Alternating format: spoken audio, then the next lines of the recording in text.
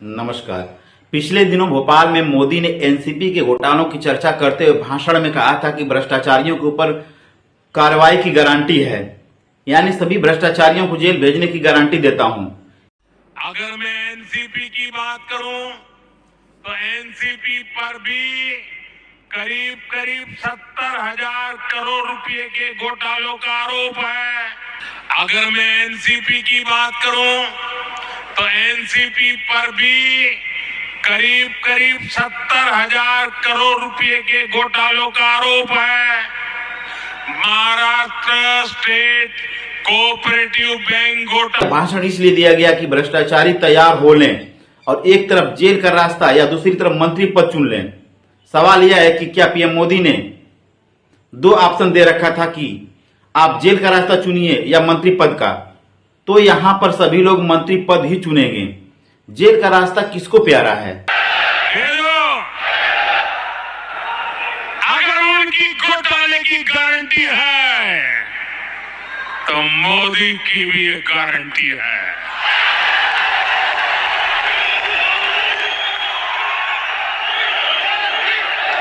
और मेरी गारंटी है हर घोटालेबाज पर कार्रवाई की गारंटी।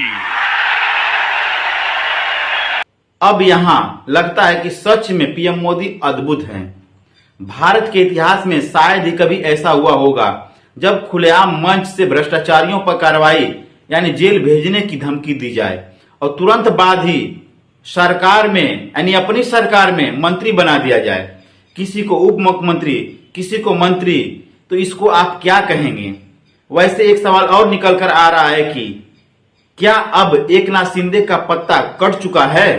अजीत पवार अगले मुख्यमंत्री महाराष्ट्र के हो सकते हैं। वहीं पिछले दिनों की एक वीडियो बड़ी तेजी से वायरल हो रही है जिसमें देवेंद्र फडणवीस अजीत पवार को लेकर कमेंट करते हैं कि जेल में चक्की पिसिंग एंड पिसिंग की कार्रवाई करने की धमकी दे रहे थे। पीएम मोदी और महाराष्ट्र के उप मुख्यमंत्री देवेंद्र फडणवीस की सोशल मीडिया पर वीडियो बड़ी तेजी से वायरल हो रही है और लोग सवाल पूछ रहे हैं कि क्या यही आपका भ्रष्टाचार के खिलाफ लड़ाई है? क्या यही है प्रधानमंत्री की गारंटी कि जितने भ्रष्टाचारी हैं हमारे साथ आ जाएं, किसी पे कोई कार्रवाई नहीं होगी, इसकी गारंटी देता हूं। अजीत पवार के अलावा जितने लोग मंत्री बने उन सभी पर ईडी और इनकम टैक्स की कार्रवाई चल रही थी, फाइलें खुली पड़ी थीं और जन जन के मन में यह सवाल उठ रहा है कि यह कैसा ईमानदार प्रधानमंत्री है जो कुछ ही दिनों पहले ललकारते हुए कह रहे थे कि भ्रष्टाचारियों को जेल भेज देंगे और उन्हीं भ्रष्टाचारियों को अपनी पार्टी में शामिल करके मंत्री बना रहे हैं। जो देवेंद्र फडणवीस अजीत पवार से जेल में चक्की चलवाने की बात कर रहे थे, अब उसी अजीत पवार के साथ डाइनिंग टेबल पर बैठकर रेडीमेड रोटी तोड़ने को तैयार हैं। प्रधानमंत्री मोदी की गारंटी की तो पोल खुल ही गई है, लेकिन एक बात की गारंटी पूरे भारत को मिल गई होगी कि पूरे भारत के इतिहास में ऐसा प्रधानमंत्री शायद कभी नहीं मिला होगा, ना कभी मिलेगा। इसके पास इतनी बड़ी वॉशिंग मशीन हो जो भ्रष्टाचारियों को सदाचारी बनाती हो। बात कर लेते हैं शरद पवार की। क्या शरद पवार ने बीजेपी को बुरी तरह से फंसा दिया है? अजीत पवार सहित एनसीपी के कई नेताओं पर बड़ी गिरफ्तारी की तलवार लटक रही थी। इन लोगों को कभी भी जेल भेजा जा सकता था और खुद देश के प्रधानमंत्री जी भ्रष्टाचारियों को जेल भेजने की बात मंच से खुल्लम खुल्ला बोल रहे हों, धमकी के लहजे से बोल रहे हों, तब संदेह की कोई बात ही नहीं रह जाती। सवाल यह है कि क्या यह सारी बिसात शरद पवार ने ही बिछाई है? यदि एनसीपी के बड़े बड़े नेता जेल चले जाते तो आने वाले दिनों में चुनाव की तैयारी जरा मुश्किल हो जाती और जनता के बीच एक मामला भी पहुंचता कि एनसीपी के बहुत सारे नेता भ्रष्टाचारी हैं और खुद गारंटी वाले मामले को प्रधानमंत्री प्रचारित कर रहे थे। पूरा का पूरा मामला गोदी मीडिया विपक्ष को भ्रष्टाचारी बता रहा हो, तब तो और ज्यादा आसान हो जाता है।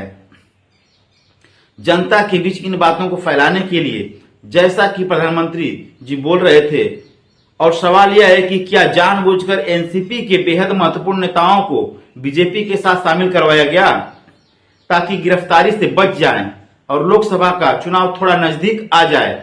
जरा सोच कर देखिए। लोकसभा के चुनाव से 2-3 महीने पहले जो एनसीपी के नेता बीजेपी में गए हैं, बीजेपी का हाथ छोड़कर दोबारा शरद पवार का हाथ पकड़ लिया तो बीजेपी कहां खड़ी नजर आएगी। चुनाव से कुछ दिन पहले अगर ऐसा हो जाता है तो भारतीय जनता पार्टी इन नेताओं पर कार्रवाई भी नहीं कर पाएगी, क्योंकि सवाल उठेगा कि जब यह आपके पास थे तब आपने कार्रवाई क्यों नहीं की, क्यों नहीं इन्हें आपने जेल भेजा, तब तो आप इन्हें मंत्री बना रहे थे। क्योंकि शरद पवार के बारे में एक बात कही जाती है कि इनके दांव पेच को समझ पाना बड़ा मुश्किल का खेल होता है। तो क्या उन्होंने एक बार फिर इसी का परिचय दिया है? अब सवाल यह है कि क्या इस सब की स्क्रिप्ट खुद शरद पवार ने लिखी और इस स्क्रिप्ट में आने वाले दिनों में लोकसभा चुनाव से ठीक पहले बीजेपी बुरी तरह से फंसाई जा सकती है। विपक्षी दलों को कभी पैसे के दम पर, कभी जांच एजेंसियों के दम पर डराने, तोड़ने, खुद के साथ मिलाने का काला धब्बा अमित शाह और मोदी जी पे पहले ही लग चुका है। जनता के बीच खूब चर्चा होती है कि यह लोग विपक्षियों को तोड़ने में लगे रहते हैं।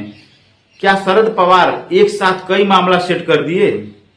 एक तरफ अपनी पार्टी के बड़े नेताओं को जेल जाने से बचा लिया और आने वाले दिनों में बीजेपी को बड़ा गच्चा देने वाले हैं, क्योंकि महाराष्ट्र के इस घटनाक्रम में ने पीएम मोदी के भ्रष्टाचार की लड़ाई के खिलाफ लड़ाई की पोल खोल दी है और यह सिद्ध हो गया है कि भाजपा के वरिष्ठ नेता सत्यपाल मलिक ने जो बातें कही थी कि मोदी को भ्रष्टाचार से कोई दिक्कत नहीं है, लेकिन वो अपना आदमी करना चाहिए, विपक्ष दल भ्रष्टाचार करेगा तो बिल्कुल बर्दाश्त नहीं किया जाएगा। अब यह पूरी तरह से जनता के सामने आ चुका है।